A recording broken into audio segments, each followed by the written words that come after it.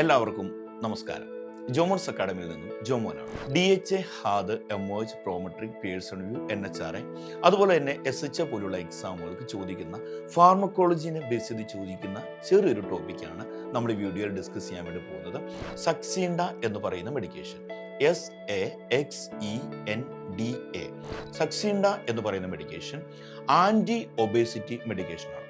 Morbid obesity ഉള്ള പേഷ്യൻസിന്, അതോടൊപ്പം തന്നെ ഹെവി ആയിട്ട് വെയിറ്റ് ഉള്ള ആൾക്കാർക്കൊക്കെ അവരുടെ വെയിറ്റ് കുറയ്ക്കുവാനും, അതോടൊപ്പം തന്നെ അവർ കഴിക്കുന്ന ഫുഡിൻ്റെ അബ്സോർപ്ഷൻ കുറയ്ക്കുവാനും, സ്റ്റൊമക്ക് ഫുൾനെസ് ഫീൽ ചെയ്യാനൊക്കെ ആയിട്ട് നമ്മൾ കൊടുക്കുന്ന ഒരു മെഡിക്കേഷനാണ്.